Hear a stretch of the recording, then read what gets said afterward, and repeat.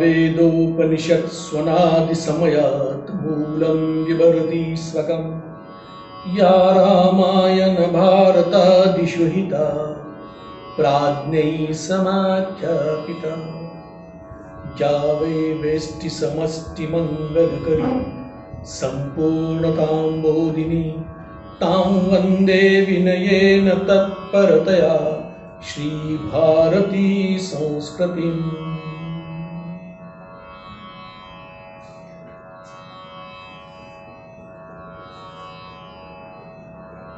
कर्मयोग आणि सांख्ययोग, संन्यास याविषयी आपण विवेचन करताना एक गोष्ट लक्षात घेतली पाहिजे, तीही विषयांचा त्याग करणं अशक्य आहे. विषयांचा त्याग अशक्य आहे, पण विषय सक्तीचा त्याग मात्र अवश्य आहे आणि तो केला पाहिजे. कारण कर्म केल्याशिवाय मनाची परीक्षा होत नाही. परीक्षा तेव्हाच होते की ज्या वेळेस साधक कर्म करायला लागतो. मला सांगा, आपण एक उदाहरणात हे समजून घेऊ. मनुष्याला राग येतो. राग येतो.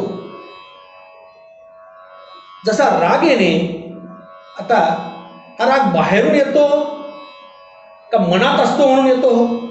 त्याचा कधी आपण बारकाईने विचार केलाय का? राग आला आला म्हणजे तो अंतरंगात मनात राग होता, तो बाहेर आला.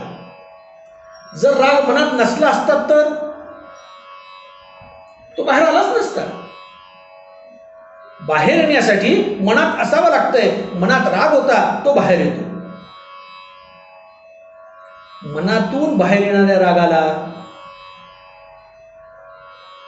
बाहेरची कर्मे ही कारण होतात. त्यासाठी साधकाने मनाचं स्वरूप समजून घेणं फार फार आवश्यक आहे. काय मन वढाय वढाय उभ्या पिकातलं ढोर किती हकल हकल पुन्हा येतं पिकावर. ही बहिणाबाईंची जी कविता आहे ती खरंच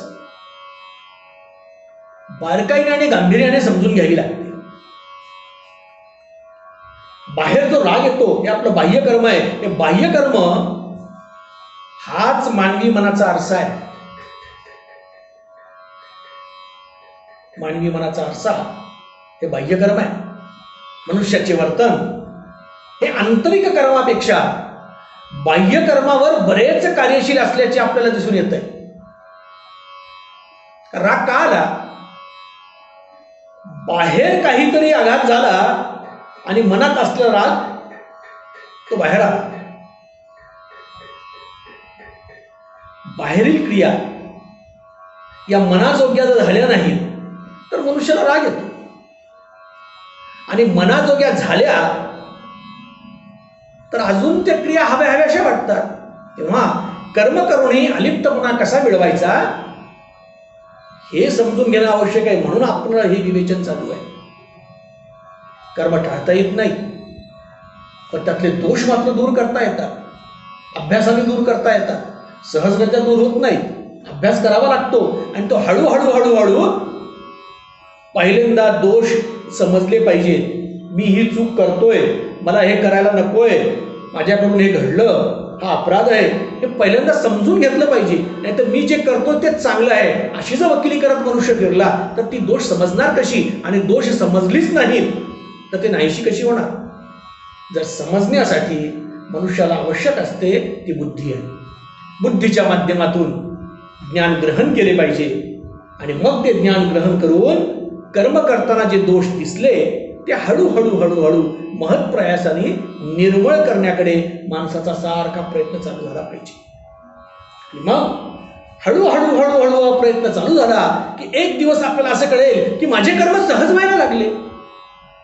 मला कर्म करताना फार काही परिश्रम पडलेच नाही, कर्म सहज व्हायला लागले. आणि असे सहज एकदा कर्म व्हायला लागले की त्याच कर्माचं अकर्म कधी झालं, अकर्मात ती परिणत कशी झाली हे कळणार नाही. म्हणून पहिल्यांदा साधकाने कर्म करणे आवश्यक आहे. दुसऱ्यांदा केलेले कर्म दोषरहित आणि निर्मळ करणं आवश्यक आहे. तर मग मात्र तिसऱ्या वेळेस तुम्ही केलेले कर्म हे सहजगत्या होतात. तेही करणं प्राप्त आहे. सहजगत्या होणारे कर्म सुद्धा कर्मप्राप्त आहे. नाही तर सहजगत्या होतील म्हणून कर्मच न करता साधक बसला नाही जमणार. तुम्हाला ते सहजगत्या कर्म करणं आवश्यक आहे. आपण समजून घेण्यासाठी सूर्यनारायणाचे उदाहरण घेऊ शकतो. सूर्याच्या निष्काम कर्मात अनंत कर्मे सुरू असतात, अविरतपणे सुरू असतात, पण त्याचं कर्म हे निष्काम कर्म असतं. अशीच कर्म करून निरीच्छ राहणाऱ्या संन्यस्त वृत्तीच्या महापुरुषांची तरा असते. अर्जुना, सर्व करून काहीही न करणे आणि काहीही न करता सर्व कर्म करणे, अरे यालाच तर गीतेने कर्मसन्यास योग म्हटलं आहे. आणि तो कर्मसन्यास योग असा साधला जात नाही. कारण गीतेला अभिप्रेत असलेला जो संन्यास आहे तो आश्रम संन्यास अभिप्रेत नाही, वृत्ती संन्यास अभिप्रेत आहे. अर्जुना, भगवंत म्हणतात, अर्जुना, अरे जो मनुष्य कर्मफलाची आसक्ती न बाळगता आपले विहित कर्म कर्तव्य म्हणून सारख्या विरतपणे करतो, तोच संन्यासी आहे आणि तोच योगी आहे असं समज. त्यालाच योग साधला असे समज. अरे केवळ अग्नीचा त्याग करून कोणी संन्यासी होत नाही.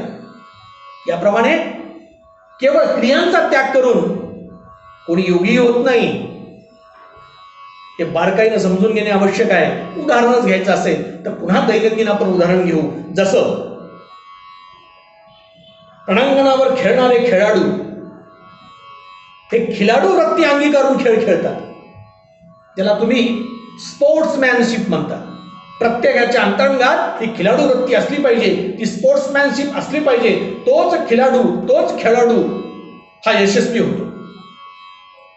आता या खेळामध्ये प्रतिपक्षी कोणीतरी जय होणार, कोणीतरी विजयी होणार, कोणीतरी पराजित होणार. कोणाचा जय होणार, कोणाचा पराजय होणार, खेळ खेळल्यानंतर अंतिम निर्णय तो ह्यांच्या हातात नाही. पण मला जय मिळाला तरच मी खेळ खेळेल, अन्यथा मी खेळ खेळणार नाही, अशी वृत्ती प्रामाणिक खेळाडूची असता कामा नये असत नाही. अगदी त्याचप्रमाणे यश मिळालं तरच कर्म करल, नाहीतर मी कर्म करणार नाही, अशी वृत्ती व्यक्तीची असता कामा नये. यश अपयशाची चिंता न करता स्वकर्म जितके शक्य आहे तितके यथाशक्य चांगल्या रीतीने करणे हेच मनुष्याचे मनुष्यपण आहे, हेच त्याचे कर्तव्य आहे. आपण हे करत असतो. उदाहरणार्थ, छोटा बालक बाल्यावस्थेत असताना आजूबाजूच्या सवंगड्यांना, आजूबाजूच्या समवयस्क लहान लहान लहान लहान त्याच्या मुलांना, त्याच्या मित्रांना जवळ बोलावतो आणि खेळ खेळतो. बघा, बारकाईने कधी याचा विचार केला तर गमतीनं हे खेळ खेळताना सगळी बालकं आपापल्या घरातून खेळ खेळण्यासाठी खेळणे आणतात.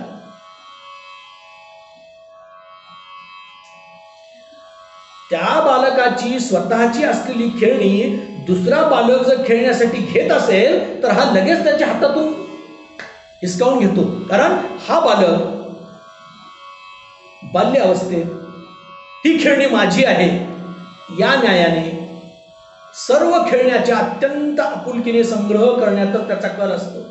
खेळायचं आणि पुन्हा आपल्या खेळण्या आणून ठेवायच्या. आपल्या खेळण्या आपल्याशिवाय इतरत्र कोणीही घेता कामा नये, हा बालकाचा लहानपणीचा अट्टहास आहे, आग्रह आहे.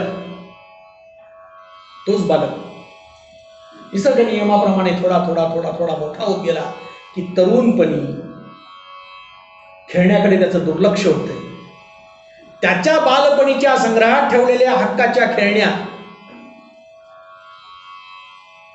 कोणीही घेतल्या अथवा विसरल्या अथवा हरवल्या अथवा खराब झाल्या तरी त्याकडे त्याचं आता लक्ष जात नाही.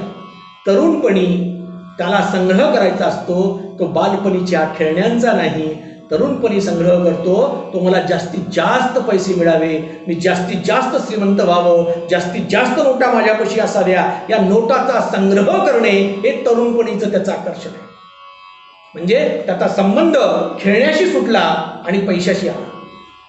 याचाच अर्थ संबंध हा वस्तूच्या अस्तित्वावर अवलंबून नसतो, तर संबंध हा स्वच्या मान्यतेवर अवलंबून असतो. तुम्हाला काय स्वीकारायचंय एकदा तुम्ही मान्य केलं की त्याच्याशी तुमचा संबंध जुळतो. म्हणून गीता सांगते, बाबा स्व नित्य आहे, शरीर अनित्य आहे. जे नित्य आहे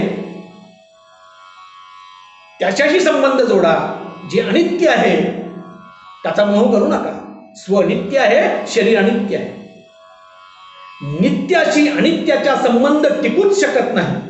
गमतीची गोष्ट बघा, जेव्हा अहंता आणि ममतेला पकडून ठेवतो त्यावेळेस त्याला अवलंबून असलेल्या गोष्टी स्वला नित्य दिसू लागतात. परत एकदा सांगतो, जेव्हा अहंता आणि ममतेला पकडतो तेव्हा अहंता आणि ममतावर अवलंबून असलेल्या सर्व गोष्टी त्याला नित्य दिसू लागतात. अनित्य असून सुद्धा त्याला नित्य दिसू लागतात. आणि नेमक्या अशाच वेळेस मौल्यांनी फार सुंदर शब्दात त्याचं विवेचन केलंय. मी आणि माझे संबंध बळकट धरू लागतात. या देहाते म्हणे मी आणि देह संबंधाती म्हणे माझे. याचं नेमकं उत्तर म्हणजे स्व अहंता आणि ममतेला घट्ट पकडलेला असतो आणि त्यावर अवलंबून असलेल्या सगळ्या गोष्टीला तो नित्य समजत असतो. आणि नेमकं ह्याच वेळेस आसक्तीचा जन्म होतो, आसक्ती निर्माण होते. कारण जी गोष्ट अनित्य आहे, जी वस्तू अनित्य आहे, त्याला स्वशी संबंध जोडले असल्या कारणाने नित्य भासू लागतंय. त्यातून आसक्ती निर्माण होते आणि मग वृत्ती संन्यास होणं कठीण जातंय. आसक्ती निर्माण झाली की वृत्ती संन्यास हा कठीण आहे. म्हणून वृत्तीमध्ये वैराग्य नसेल तर संन्यास कसा? कारण संन्यास हा वैराग्यातून निर्माण होतो, विरक्तीतून निर्माण होतो. आसक्ती नसल्यानंतरच संन्यास, वृत्ती संन्यास हा उदय पावतो. म्हणून गीतेमध्ये फार सुंदर बोधप्रद वाक्य आलेलं आहे. गीता म्हणते, संकल्पाचा त्याग केल्याशिवाय मनुष्य योगी होत नाही. योगी होण्यासाठी संकल्पाचा त्याग आवश्यक आहे. आणि जर झाला नाही संकल्पाचा त्याग तर योगीपेक्षा भोगी होण्याची शक्यता अधिक आहे. साधकांनी याचा विचार केला पाहिजे. इथे संकल्प म्हणजे काय?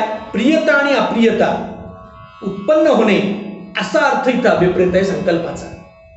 आणि म्हणून भगवंत आत्मसंयम योग या अध्यायामध्ये अर्जुनाला अत्यंत गुह्य असं ज्ञान देण्याचा प्रयत्न करतात.